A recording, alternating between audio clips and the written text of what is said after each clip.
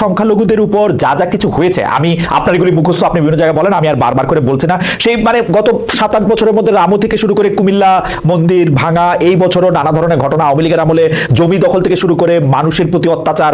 মানে ব্যাপারটা যদি এরকম হইতো, তারা যদি হিন্দুদের প্রোটেক্ট করতে চাইতো, ইন্ডিয়া সবার আগে ভারত আওয়ামী লীগের উপর সমর্থন প্রত্যাহার করা দরকার ছিল, কারণ আওয়ামী লীগের আমলে হিন্দুরা ওয়ার্স্ট সাফারার জমি জমার দিক দিয়ে নানাভাবে। দেখেন না, আওয়ামী লীগের আমলে হিন্দুরা ওয়ার্ড সাফারে, সেটা আপনি অ্যাকনোলেজ করছেন, কিন্তু আওয়ামী লীগের আমলে সংখ্যালঘুদের জমি নিয়ে সংখ্যালঘুরা ভয় থাকে, আর যখন আওয়ামী লীগ ছাড়া অন্য কেউ ক্ষমতায় আসে তখন তাদের জান নিয়ে তারা সংকটে পড়ে, তাদের জীবন নিয়ে তারা সংকটে পড়ে। আমি শেষ মানে সেন্টেন্স কমপ্লিট করার পরে যদি বলেন আমার জন্য সুবিধা, আমি সেন্টেন্সগুলো কমপ্লিট করি কাইন্ডলি প্লিজ। দেখেন, আওয়ামী লীগ সবসময় এই ন্যারেটিভটা প্রতিষ্ঠিত রেখেছে সবসময়, এবং এটাতে আমরা দেখেছি মিডিয়া এখানে ম্যানিপুলেট করেছে, মিডিয়া এখানে ফেলিং করেছে, যে যতদিন পর্যন্ত আওয়ামী লীগ ক্ষমতায় থাকবে ততদিন পর্যন্ত হচ্ছে সংখ্যালঘুরা হচ্ছে নিরাপদ থাকবে। এখন একেবারে যে হিন্দুরা হচ্ছে নির্যাতিত হচ্ছে, নিপীড়িত হচ্ছে, তখন ইন্ডিয়ার ইন্টারফিয়ারেন্সটা বাংলাদেশে আমি হচ্ছে নিশ্চিত করতে পারি। আওয়ামী লীগ এই পয়েন্টের মধ্যে সবসময় এই ভোট ব্যাংকে, মাইনরিটি ভোট ব্যাংকে আওয়ামী লীগ ফুয়েল করেছে, যে দেখো যে আমি যদি ক্ষমতায় থাকি, আমাকে যদি তুমি ক্ষমতায় টিকিয়ে রাখো, আমি হচ্ছে সবসময় তুলন করেছে। এই বক্তব্য কিন্তু গত 16 বছর ওইভাবে আসে নাই। সবসময় এটা দেখানো হয়েছে যে জামাত বিএনপি হচ্ছে কি মাইনরিটির সবচেয়ে বড় শত্রু। এখন সরি, আবারও আপনার বাক্য শেষ করার আগে আমি একটু বলি, হাসান আপনি বাক্য শেষ করার আগে বলি যে আপনার এই কথা কি ঠিক গত 16 বছরে সেটা আসে নাই? আমার কিন্তু স্পষ্ট মনে আছে হিন্দু বৌদ্ধ ঐক্য মানে কি ওই পরিষদের পক্ষ থেকে, এবং চট্টগ্রামের যে অ্যাডভোকেট রানা দাশগুপ্ত কিন্তু বারবার ব্যাপারগুলি সামনে এনেছেন। তিনি কিন্তু আমরা মিডিয়াতে কিন্তু এগুলি গুরুত্ব দিয়ে প্রচার করা হয়েছে যে আওয়ামী লীগের আমলে সংখ্যালঘুদের কি একটা অবস্থা হয়েছে না হয়েছে। কিন্তু যেটি আওয়ামী লীগের ন্যারেটিভ, আমি আপনার সাথে একমত, ডক্টর রহমান এটা আরো ভালো বলতে, আওয়ামী লীগের যেটি ন্যারেটিভ যে আসলে হিন্দু করেন কিনা।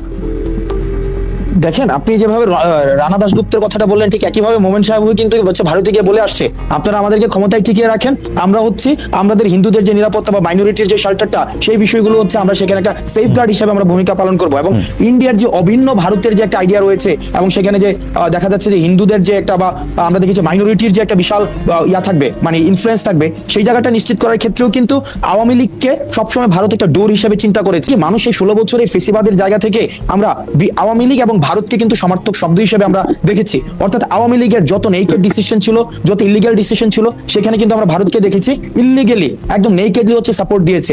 এই জায়গা থেকে আমরা ভারতকে যতভাবে আমাদের রাস্তার জায়গা থেকে, আমাদের স্ট্রিট ফোর্স হিসাবে, স্ট্রিট ভয়েস হিসাবে আমরা যতভাবে ভারতকে কন্ডেম করার আমরা সুযোগ পেয়েছি, আমরা সেই জায়গায় সেই চেষ্টাটি করেছি। এবং সেই জায়গা থেকে আমরা পণ্য বর্জনের মতো যে কর্মসূচিগুলো ছিল একদম লাস্ট স্টেজ পর্যন্ত আমরা সেগুলো, অন্তর্বর্তীকালীন সরকার কি সেই জায়গা থেকে সিচুয়েশনে এই ঘটনাগুলো অন্তর্বর্তীকালীন সরকার কি সেই রকম রাজপথের ভারত। শ্রী জয়শঙ্করের কথা যখন আমরা শুনি, উনি ইন্ডিয়ান এক্সপ্রেস উনি বলেছেন যে আমরা দেখেছি যে তারা স্থিতিশীল সম্পর্কের দিকে যেতে যাচ্ছে। এখন স্থিতিশীল কোন ধরনের সম্পর্ক? আমাদের যে কমার্শিয়াল সম্পর্ক, আমাদের দেখেন একটা দেশের সাথে আরেকটা দেশের কমার্শিয়াল সম্পর্ক বা যেই ধরনের আমরা বলি যে ডিপেন্ডেন্সি, এগুলো কিন্তু ভারত আমাদেরকে এই যে কমার্শিয়াল সম্পর্কগুলো এমন না যে তারা হচ্ছে একদম আমাদেরকে হেল্প করছে, এটা কিন্তু হেল্প না, এটা হচ্ছে এক ধরনের আমার উভয় দেশ হচ্ছে এখানে বেনিফিটেড হচ্ছে। সেই জায়গা থেকে কমার্শিয়াল সম্পর্কগুলোর আমরা মনে করি স্থিতিশীলতা আসা উচিত, এবং ইন্টারডিপেন্ডেন্সি গুলো সেটা ন্যায্যকে তারা খুব নগ্নভাবে সেখানে হচ্ছে ম্যানিপুলেট করেছে। আমরা দেখেছি যে এই যে ধর্মীয় যে একটা ট্রাম্প কার্ড রেখে সবসময় বাংলাদেশে ইনফ্লুয়েন্স করার চেষ্টা করেছে, বিভিন্ন ক্ষেত্রে বাংলাদেশ ডমিনেট করার চেষ্টা করেছে। এই জায়গাগুলোকে ইন্ডিয়ার এখন হাই টাইম হয়েছে এই জায়গাগুলোকে রিভিশন করা। হাসাদের বক্তব্য একদম পরিষ্কার, আপনি কিচ্ছু মনে করবেন না। হাসাদ আব্দুল্লাহ, আপনার কথার সাথে আমি শেখ হাসিনার কথার অনেক মিল পাচ্ছি। আমি মিলটা ধরাই দিই। মিলটা কিরকম আমি আপনাকে বলি। ধরেন আপনারা যারা কোটা বিরোধী আন্দোলন করছেন, বাংলাদেশের সমস্ত লোকজনের তুলনায় তারা তো একটা ছোট একটা পার্সেন্টেজ, তাই কথা বলছেন আব্দুল্লাহ। দেখেন খালিদ ভাই, এখানে নাকচ করার কোনো বিষয় না। আপনার গভর্নমেন্টকে তো এখানে এই গভর্নমেন্টকে সময় দিতে হবে, পর্যাপ্ত সময়। আপনি আজকে গভর্নমেন্ট 8 তারিখ ফর্ম হয়েছে, আর 2 দিন পরে হচ্ছে আপনি ইন্ডিভিজুয়াল একটা কোনো কারণে আপনি রাস্তায় নেমে যাচ্ছেন। এখন আমরা কিন্তু বারবার আমরা তাদেরকে রাস্তায় নামতে বাধা দেওয়ার মতো আমরা কেউই না, আমরা কিন্তু এই অথরিটি আমরা হোল্ড করিই না। যেমন গতকাল যখন আমরা হাইকোর্টে গিয়েছি, এই কাজটাকে আমাদের ছিল, এই কাজটা কিন্তু আমাদের ছিল না, কিন্তু আমাদেরকে করতে হয়েছে। জানি বলেছেন যে ফুল কোর্ট রেফারেন্সে তাকে এই করা যেতে পারে, কিন্তু ফুল কোর্ট রেফারেন্স জিনিসটা আসলে সেটা না। এখন আরো বিচারকদের বিরুদ্ধে আপনাদের ক্ষোভ, আপনাদের অনুগত লোকজনদের দিয়ে কি আপনারা কোর্ট সাজাতে চান, নাকি minus Awami League plus BNP Jamaat করতে চায়? লেয়ারে চলে গেছে আলোচনাটা, দুইটা লেয়ারে চলে গিয়েছে। আমি একটু পিছনে আপনার যে মানে প্রশ্নটা একটা মিসকনসেপশন না হয় পাবলিক পারসেপশনে থেকে যাবে, আমি স্পষ্ট করতে চাই। সেটা হচ্ছে যে কাউকে আন্দোলনে বাধা দেওয়া, সেটা রায় বৈষম্যদের ছাত্র আন্দোলনে নেই, বা যারা হচ্ছে বিপ্লব করেছে তাদের নেই। কিন্তু আমরা যেহেতু সবাই চাচ্ছি গভর্নমেন্টটা ফেল না করুক, এই গভর্নমেন্টের পর্যাপ্ত সময় দিতে হবে, গত 16 যৌক্তিক সময় পর্যন্ত দেন হচ্ছে আমরা যে আমরা দেখেছি ভাই, আপনি টিএসসি তে আসেন, ডিভোর্সের ইস্যু নিয়ে পর্যন্ত হচ্ছে টিএসসি তে মানুষ আসে, ডিভোর্সের ইস্যু, চাকরি চাকরি জাতীয়করণ করা, তারপর হচ্ছে গ্রেডেশনের জন্য কেউ 9 গ্রেডে রয়েছে তাকে 8 গ্রেডে নিয়ে যেতে হবে, 11 গ্রেডেটা 10 গ্রেডে নিয়ে যেতে হবে।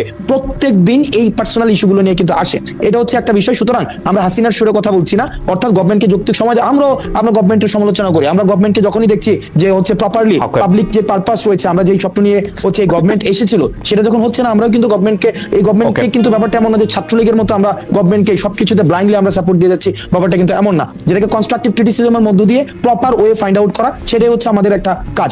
এবার হাইকোর্টের এটাতে আপনি বলেন যে আপনারা হাইকোর্টে যেতেছেন, আপনারা প্রধান বিচারপতিকে অপসারণ করেছেন, তারপরে এখন দাবি তুলছেন অনেক বিচারকের অপসারণ করা থেকে, সেক্ষেত্রে আপনারা মাইনাস আওয়ামী লীগ করে জামাত বিএনপি প্লাস করতে চান, নিজেদের লোককে ক্ষমতায় বসাতে চান। আপনারা একটা লিস্ট কি দিয়েছেন যে এই লোককে আপনারা বিচারকে চান?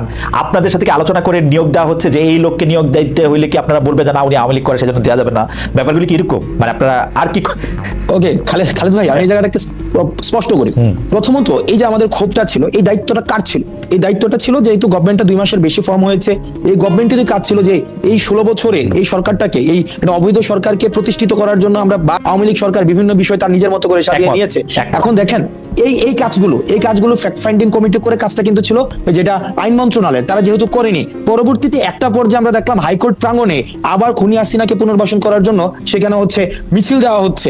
এখন যেখানে এত আমাদের 1,500-এরও বেশি, আপনি কি আপনার ফর্মুলাতেই বলি, আপনি কি সরকারকে যথেষ্ট সময় দিলেন? আমি আপনাকে বলতে চাই যে আদালত প্রাঙ্গণে খোদ